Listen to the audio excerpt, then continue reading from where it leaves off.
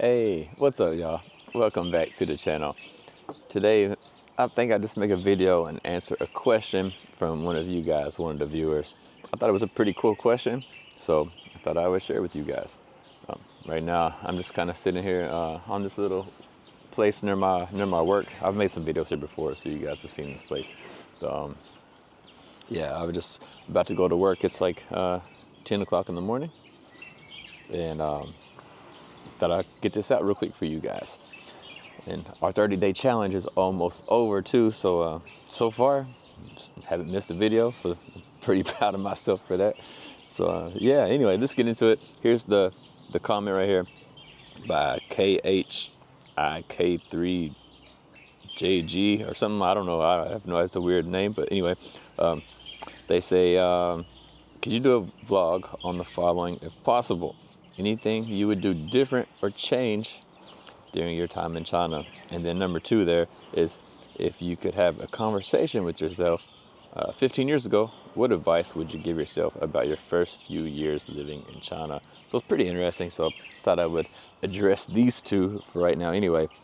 So the first one, anything I would do different or change during my time in China? Yes, definitely some things that I would do different or change. First of all, when I first came here, I was, I was a bit lazy in terms of like trying to learn the language. I just kind of like learned by listening, but I really probably could have learned very fast if I would actually just study. Even to this day, I've never studied Chinese, so I think it would be smart to actually just study, like hire a teacher, pay a teacher, and actually study for like 6 months. And I think I would have set myself up to have just the knowledge and the power to be able to do a lot more things and make my life, better if I had those capabilities.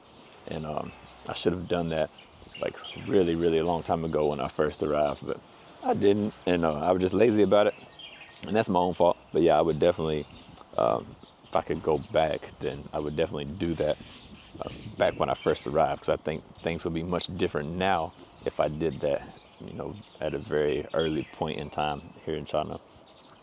And then another thing I would say would be, if I did that, if I learned Chinese like really quickly, then I would have a lot more opportunities to, network and meet people, and it would open up a lot of possibilities for me in terms of, just being able to meet certain people, and that could potentially lead to like a better future. And I didn't do those things, so yeah, I kind of regret that a little bit. And then another thing, like if I could go back and look at some of the mistakes that I made, like I would have taken advantage of some opportunities that I had that I didn't take advantage of. So for one example, when I first came to China, a lot of things, like in terms of like say real estate, was very, very cheap. And I actually have a friend who's quite wealthy, a Chinese man, quite wealthy, and he had like a lot of properties and stuff. And he was like always buying and selling lots of different properties. He just had a lot, they had like 5 or 6 houses in Shenzhen, like worth millions and millions of dollars, US dollars, not renminbi. But he was always buying stuff cheap. He was always finding deals, and he found a couple of deals that were really cheap.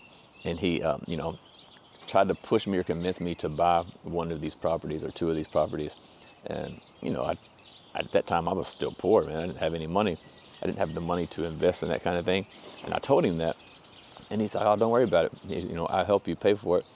I'll whatever give you the money to pay for it, and then later, you can pay me back when you sell the property."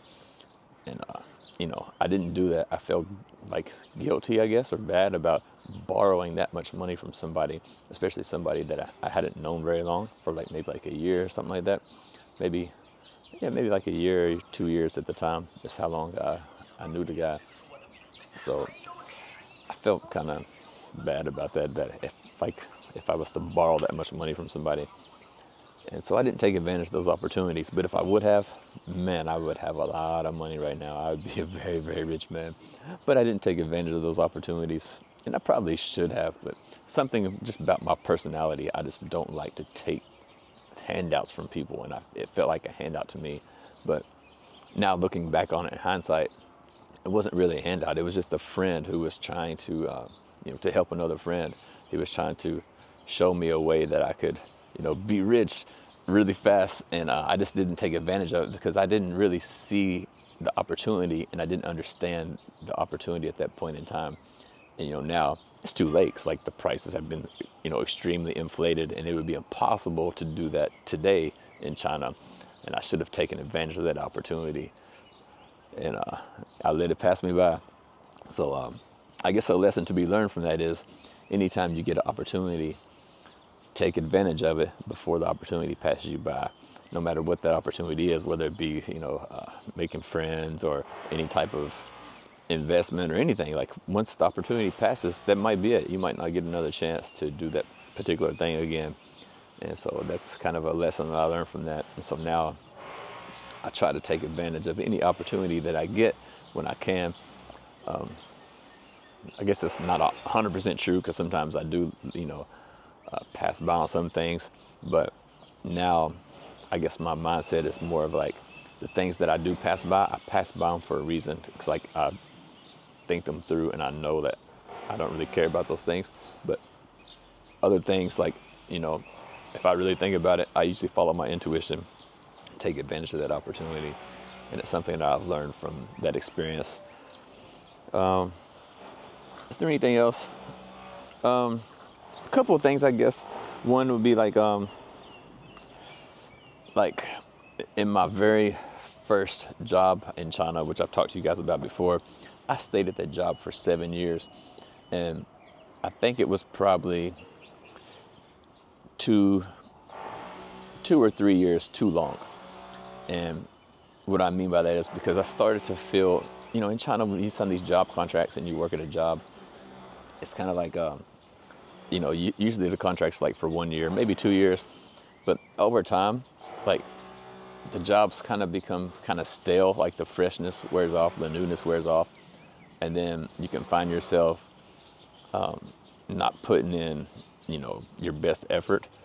And I found myself doing that. It's like after the first 2 or 3 years in the job, I was doing really good and I really enjoyed it and really liked it. And then the next couple of years, it was kind of like I was always kind of complaining and not putting in my best effort because I just felt kind of too comfortable with the position I was getting in. And I think I should have left that job sooner and switched to another job just so I could keep changing jobs and being fresh instead of staying in the same job for so long and becoming stale or becoming tired with it. And I think that limits your opportunity for growth by staying in one job for too long, especially here in China, just the way things are. It can become so repetitive. And then a lot of the things that, used to make sense to you, you're like, oh, this don't make sense anymore. And you find yourself becoming grumpy or angry about it. And I think it's better to move on from those type of situations. And I ended up staying in that situation for far too long. And I think it probably could have opened up some more opportunities for me as well if I would have just moved on much sooner and much faster. So that's another thing that I look back on and think that I would do differently. So that's kind of the two big things there. Any other thing you want to know, let me know in the comments below. I'll try to make a video for you guys. But right now, I'm going to go to work, and I'll see you guys on the next video. Take care.